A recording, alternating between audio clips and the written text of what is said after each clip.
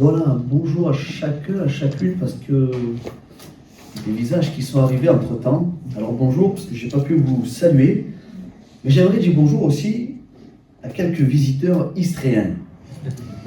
Je pensais qu'ils allaient venir, on est content qu'ils soient là, mais je pensais qu'ils allaient venir avec le soleil. Mais non, ils l'ont laissé à Istres, ils n'ont pas pensé dans les bagages. Donc bienvenue à nos frères et sœurs de Istres qui sont venus nous visiter. On est très contents vraiment de vous avoir. Et bienvenue aussi aux nouvelles personnes qui sont là ce matin. Je sais qu'il y a 2 nouvelles personnes. Alors on vous souhaite la bienvenue parmi nous. Amen. Voilà. Alors pour notre pensée de ce matin, alors je ne vais pas être long. Je ne vais pas être long parce qu'on a une agape. Je sais que les ventres commencent à gargouiller. On voulait vite qu'on enlève les chaises et qu'on mette les tables. Mais on ne va pas se laisser sans avoir partagé quand même la parole de Dieu. Le Seigneur nous a parlé à travers un don. Et je pense qu'il va nous parler à travers sa parole. Donc pour notre pensée ce matin, j'aimerais que l'on puisse prendre ensemble un passage dans la Bible. Ne va pas trop vite, Michael, je te dirai qu'on a affiché. Parce que je sais que tu dégaines vite les versets. Mais avant qu'on puisse les lire, je veux introduire le passage que nous allons lire. Alors c'est un passage qu'on va trouver dans le Nouveau Testament. C'est une épître de l'apôtre Paul qui va écrire à l'église de Galatie. Alors vous l'avez sans doute compris de quelle lettre je veux parler. Celle de l'apôtre Paul aux Galates. Donc l'église de Galates, c'est une église un petit peu particulière. Elle est composée de païens, elle est composée de juifs qui ont accepté Jésus et plein d'autres personnes. Parce qu'elle est au milieu, si vous voulez, entre l'Orient et l'Occident. Donc il y a un peu des personnes qui viennent de Gaule, il y a des personnes qui viennent de Grèce. Donc en fait c'est une église un petit peu multiculturelle, voilà, pour faire simple. Donc Paul fonde l'église en Galatie et il continue son voyage missionnaire. Et en partant, qu'est-ce qu'il fait? Il laisse des anciens, il laisse des docteurs, qui sont là bien en place, si vous voulez, pour enseigner, faire grandir l'église. Et malheureusement, il y a quelques faux enseignements qui vont être dispensés dans cette église. Et le but de cette épître, c'est de remettre, comme on dit, vous savez, l'église au milieu du village. Le véritable salut en Jésus-Christ. Donc dans cette assemblée, certains docteurs enseignent les chrétiens qui viennent tout juste de sortir donc, du paganisme. Paganisme, je ne sais pas si vous savez, c'est ceux qui croient en plusieurs dieux. Et leur enseignent que pour avoir un salut véritable et complet, finalement, il faut continuer à se soumettre à la loi juive. Donc ces faux enseignements étaient courants lors de la création des premières églises.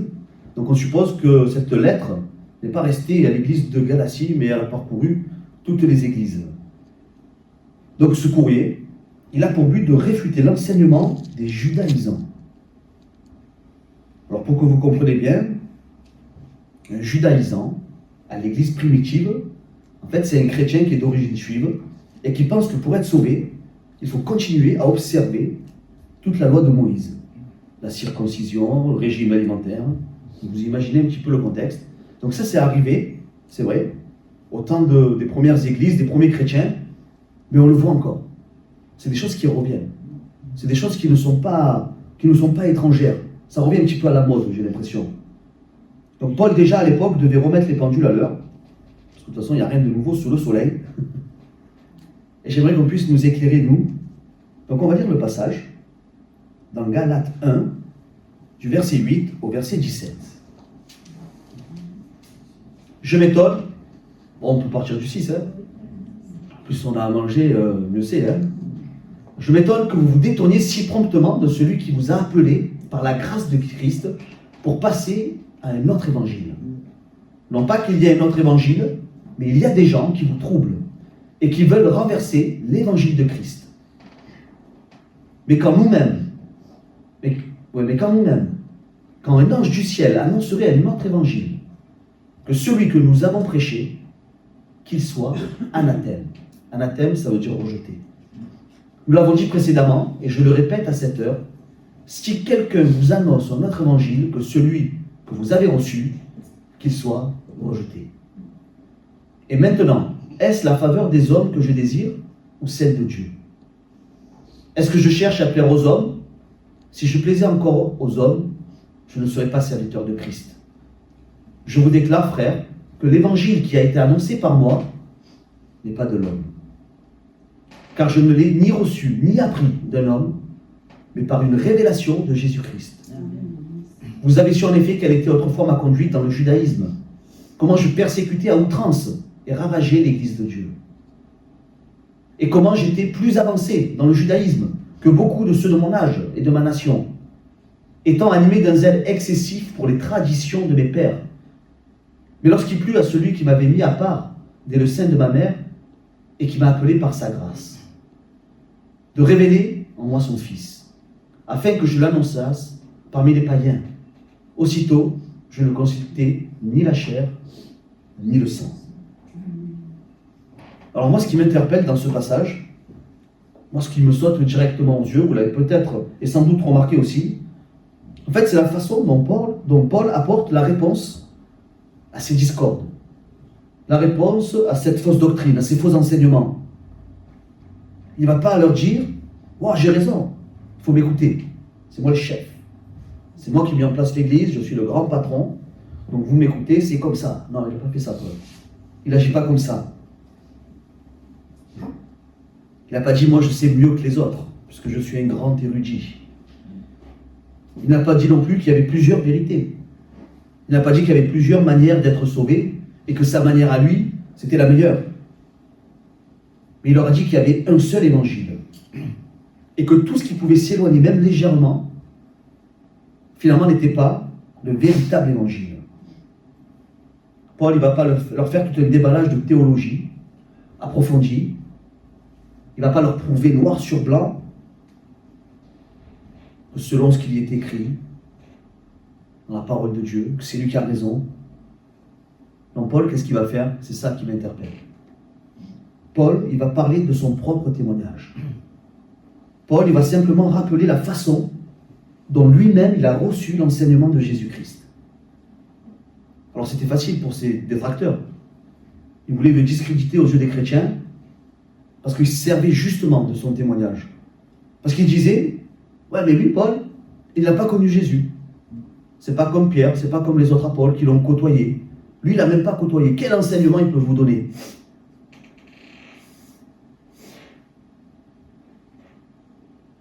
À l'origine, Paul, il le rappelle, il combattait les premiers chrétiens. Et quand je dis les combattait, c'était plus que les combattait. Hein. Il était... Paul était un érudit, c'est une personne très cultivée, très instruite. C'est un homme religieux qui a étudié les Écritures au pied de savants juifs. Paul, c'était aussi un homme de conviction. Il était convaincu, il était droit dans ses baskets. Il était convaincu d'avoir raison. Il était convaincu dans son cœur que sa doctrine et ses croyances étaient solides. Il était convaincu que ce qu'il avait dans son cœur, ce qu'il avait reçu pendant tout son enseignement, pendant tout ce qu'il a appris au pied de Gamaliel, pour lui, il était convaincu que c'était la bonne chose. Il était sincère, convaincu dans ses croyances. Il était convaincu même dans la compréhension de la religion. Il était convaincu que lui, il avait le bon rapport avec Dieu. Et vous savez, on peut être sincère dans nos convictions, mais on peut être sincèrement dans l'erreur. On peut sincèrement se tromper. On peut être engagé dans notre façon de faire, convaincu dans notre doctrine, structuré même dans notre manière de vivre notre foi. On peut être sûr qu'on est sur la bonne direction. On peut être convaincu que le chemin qu'on prend, c'est la volonté de Dieu. Et pourtant, moi je pense qu'on peut passer à côté de ce que Dieu désire vraiment nous révéler. Et Paul, pour moi, il en est un des meilleurs exemples. Parce que Paul, ce n'était pas un homme indécis. C'était un homme convaincu. Ses convictions étaient fortes. Et c'est précisément là, moi je trouve, que Dieu est incroyable. Il avait des convictions fortes. Il avait un enseignement, une connaissance des Écritures bien supérieure, je pense, à la moyenne, puisqu'il le dit. Mais au-delà de ça, je pense qu'il avait tellement le regard dans les Écritures que son regard finalement et sa vision étaient limités. Alors Paul n'est pas neutre dans sa croyance. Je pense qu'il ne devait pas chauffer les bancs de la synagogue, si on peut dire ça, parce que Paul était convaincu de servir Dieu. Paul, il était persuadé que les chrétiens représentaient un danger pour l'enseignement de la bonne doctrine. Ça, c'était la vision qu'il avait, Paul. Donc il agit avec cohérence totale, avec la compréhension que lui, il avait de sa foi. Mais il y a quelque chose d'important à comprendre. Je pense qu'il y a quelque chose d'important à réaliser. Et même pour nous, ça peut être une leçon. Vous savez, sa compréhension des Écritures, des Saintes Écritures, sa compréhension, elle était réelle, elle était bonne. Mais moi, je pense qu'elle était incomplète. Il lui manquait quelque chose à Paul. On dit que l'Ancien Testament, c'est l'ombre des choses à venir. Finalement, Paul peut-être était encore dans l'ombre. Il n'avait pas été éclairé. Moi, je pense qu'il lui manquait un paramètre pour pouvoir avoir la bonne vision.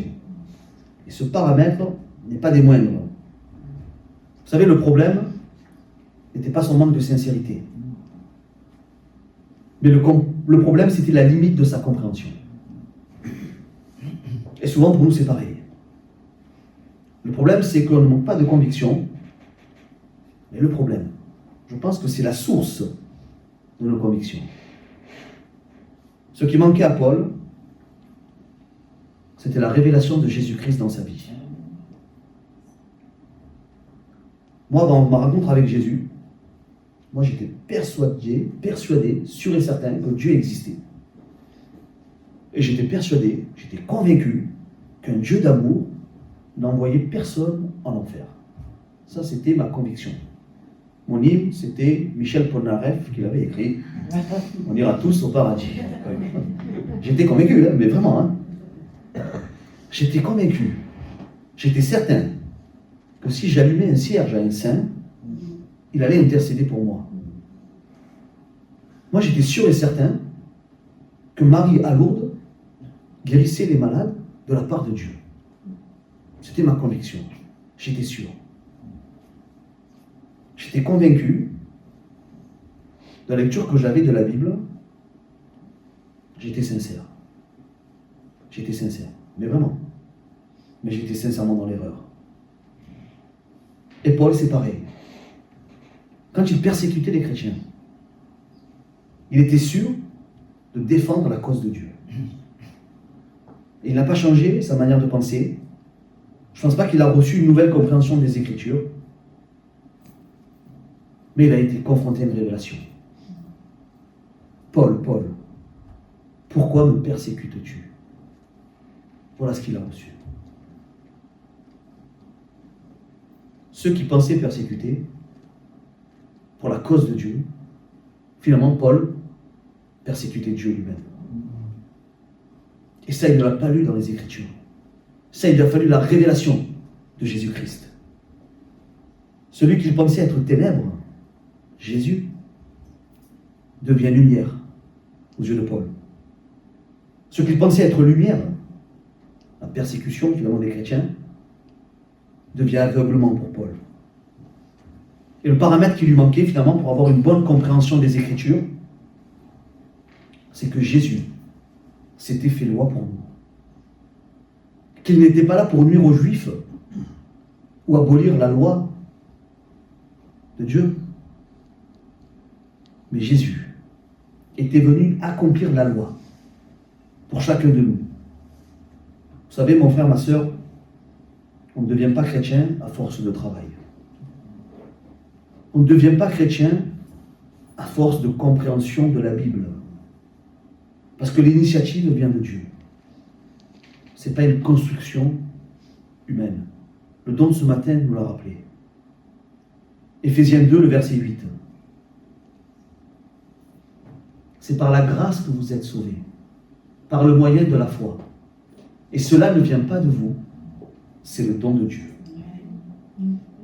Et finalement, ce n'est plus nous qui ajustons Dieu à notre compréhension. C'est Dieu qui nous ajuste à la vérité en Christ. Et quand finalement la source de notre compréhension change, c'est toute notre vie qui change de direction.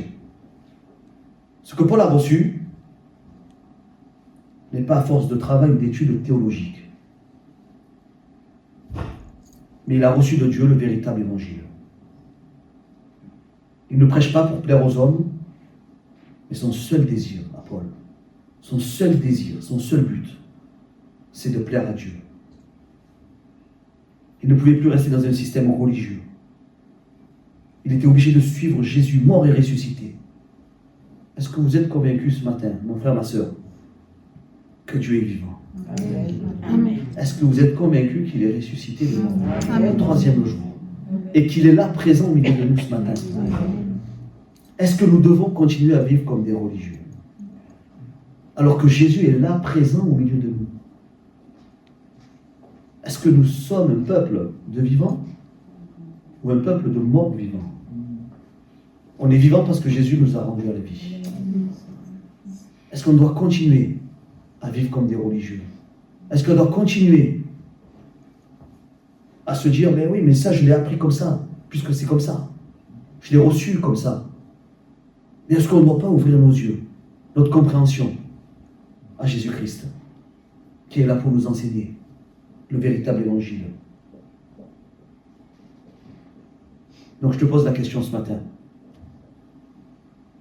Vis-tu de façon religieuse? Comme si Jésus est juste un personnage incroyable de l'histoire? Ou vis-tu ta foi comme s'il avait vraiment croisé ton chemin? Vous savez, comme Paul sur la route de Damas. Est-ce que Dieu s'est réellement révélé à toi dans la personne de Jésus?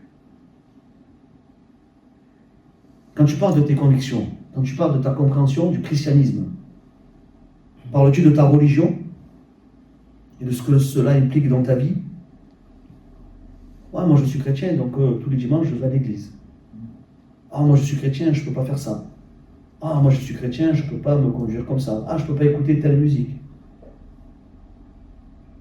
Comment tu amènes ta compréhension d'être chrétien?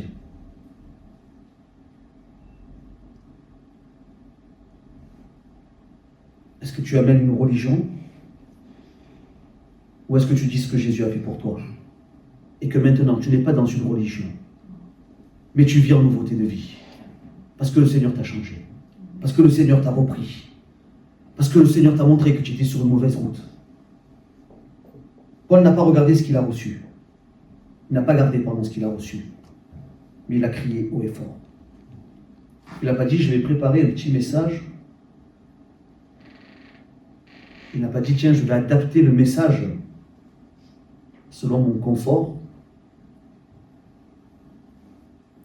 Mais Paul, il va le transmettre comme quelque chose qui lui a été confié, comme un trésor qu'il ne peut pas garder pour lui.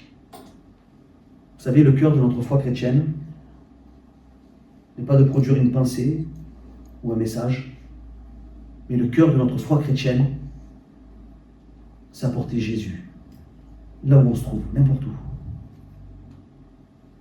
Ce que Jésus a fait pour chacun de nous doit devenir proclamation pour tous. Parce que Jésus dit, vous serez mes témoins à Jérusalem, dans toute la Judée, dans la Samarie, et jusqu'aux extrémités de la terre.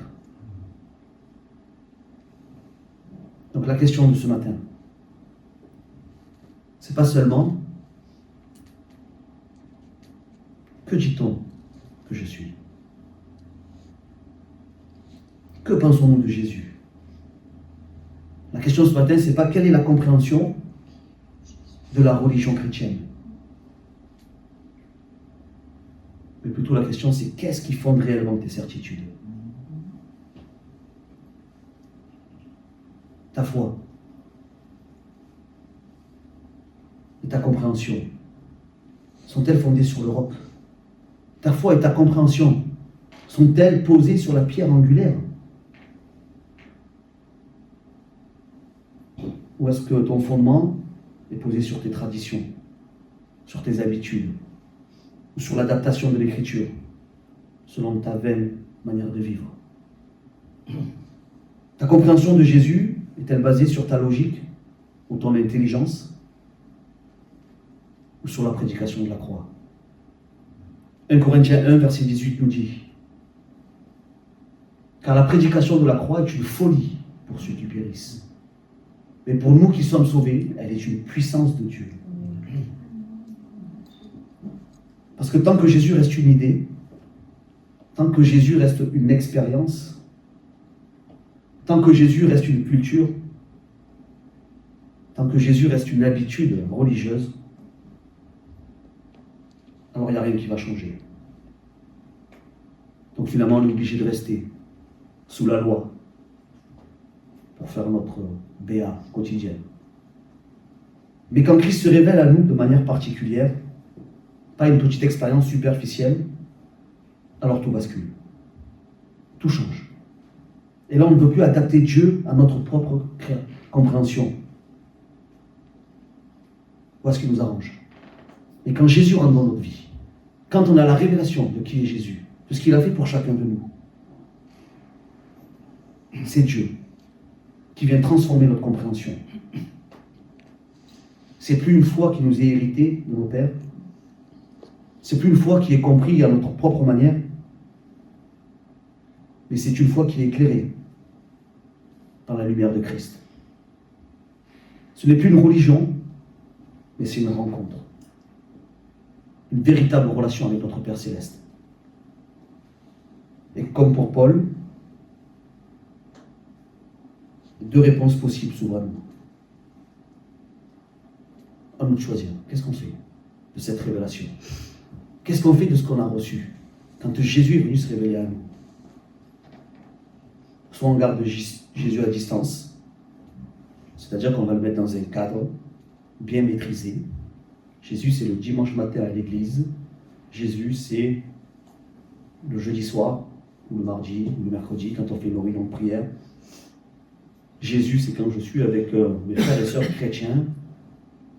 Et quand je regarde la télévision, ça c'est ma liberté qui est là par contre. Jésus, il est juste à côté. Quand j'écoute de la musique, quand je suis sur les réseaux sociaux, qu'est-ce que je fais de Jésus? Est-ce que je le mets éloigné? Est-ce que je l'adapte à ma manière de vivre? Est-ce que je vais adapter Jésus, ma compréhension de ce qui est Jésus, de qui est Jésus et de ce qu'il a fait pour moi? Est-ce que je vais l'adapter à mes envies? Oh, le Seigneur connaît mon cœur. Nous sommes que des pécheurs. Et de toute façon, si je demande pardon, il est fidèle et juste pour me pardonner. C'est la parole de Dieu qui le dit. Est-ce qu'on met Jésus dans un cadre? Est-ce qu'on adapte Jésus à nos propres convoitises? On l'a lu ce matin en introduisant la Sainte Seine. Que chacun prenne sa croix et qu'il me suive. Si on accepte que Jésus est le seul et véritable évangile, la bonne nouvelle pour nous, et bien on accepte qu'il vienne bouleverser toute notre vie.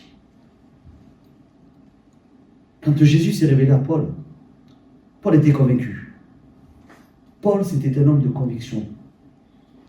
Il était persuadé qu'il avait raison.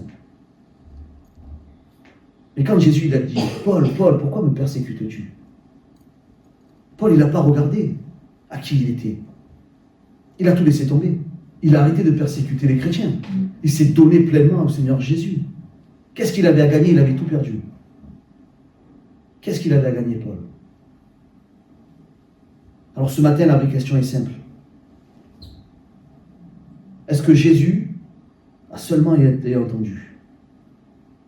Est-ce que Jésus, pour toi, est juste ce que tu entends le dimanche matin ou depuis que tu es enfant? Ou est-ce qu'il s'est réellement révélé à toi? Comme Paul sur la route de Damas. Parce que l'évangile, la vie chrétienne, ne demande pas seulement d'être comprise. L'évangile, la vie chrétienne, elle demande d'être vécue. La vie chrétienne ne demande pas seulement d'être crue, mais elle demande de devenir la source de tout ce qui est vrai dans nos vies. Jésus doit être la source. de tout ce qui doit être vérité dans nos vies. Et quand cette révélation de Dieu dans notre cœur est réelle, quand cette révélation de Dieu dans notre cœur est sincère, qu'elle a vraiment bouleversé toutes nos anciennes compréhensions, alors comme Paul, je pense qu'il est impossible de garder ça pour nous. Il est impossible d'enfermer Jésus, même dans notre intimité. Alors la religion, c'est de l'ordre de l'intime. Mais comment je peux garder Jésus enfermé dans mon cœur s'il ne ressort pas à l'extérieur? Jésus il a dit, je suis le chemin, la vérité et la vie. Il a dit aussi qu'il était la lumière du monde. Mais si la lumière, je la laisse enfermée dans mon cœur, sous ma veste, mon blouson, comment la lumière va briller? Il nous a dit, vous êtes la lumière du monde. Ne laissons pas Jésus enfermé dans notre cœur. Quand Jésus s'est vraiment révélé à toi, quand Jésus est venu bouleverser tes compréhensions, quand Jésus est venu renverser, comment tu passais à être la vérité? Tu ne peux plus vivre comme avant. Pour moi, la vie chrétienne, elle doit être coupée en deux. Notre vie d'avant, la rencontre avec Jésus, et notre vie changée. Paul a été changé. Mon frère, ma soeur, quand Jésus est venu se révéler à toi, quand tu as donné ton cœur au Seigneur, quand tu t'es engagé en passant par les eaux du baptême, ta vie a été changée. Moi, quand je me rappelle, comme si c'était hier, c'était pas très vieux quand même, il y a une dizaine d'années, quand je suis passé par les eaux du baptême, alors j'étais déjà un petit peu engagé dans l'église, et quand je suis passé par les eaux du baptême, quand je suis sorti, j'ai regardé mon épouse et je lui ai dit, ça y est, Mélanie, c'est fini. C'est terminé. Je ne vis plus pour moi. Ma vie, elle est pour Jésus. Je veux dire à tout le monde, crie à toute la création ce que Jésus a fait pour moi. Plus jamais comme avant. Ça, c'était ma phrase. Seigneur, je ne veux plus jamais être comme avant. Ce que j'avais compris de la religion était biaisé. Parce que je n'avais pas réellement rencontré Jésus. Ce que je pensais qui était la vérité. Combien de fois on a eu des discussions vivaces avec ma belle-mère. Espérance, comment vous pouvez croire à un Dieu qui envoie ses enfants en enfer? C'est pas possible. Moi, je ne peux pas croire à un Dieu pareil. Non, Dieu n'envoie personne en enfer. Parce que l'enfer a été fait pour le diable et ses anges. Par contre, si on refuse le salut qui nous est offert, c'est nous qui restons enfermés dans notre prison, finalement qui nous arrange. Alors on reste enfermés dans notre prison, mais on aime bien Jésus.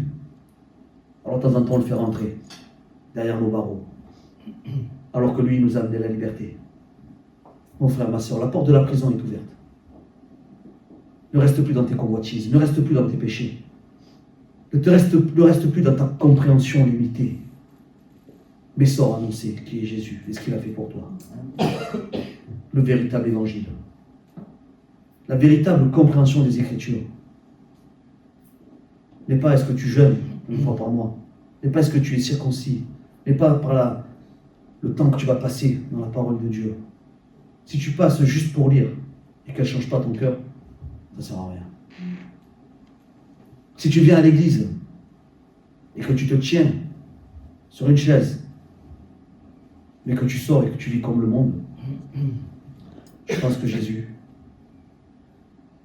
ne s'est pas réellement révélé à toi.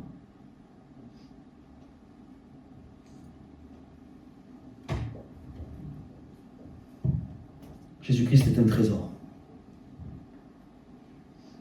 Jésus-Christ est un cadeau qui nous est offert à chacun. Mon frère, ma soeur, ne gardons pas ce trésor enfermé dans notre religion. Ne laissons pas ce trésor enfermé dans la limite de notre compréhension. mais laissons-nous transformer, bouleverser par ce trésor. Et annonçons-le à toute la création. Amen.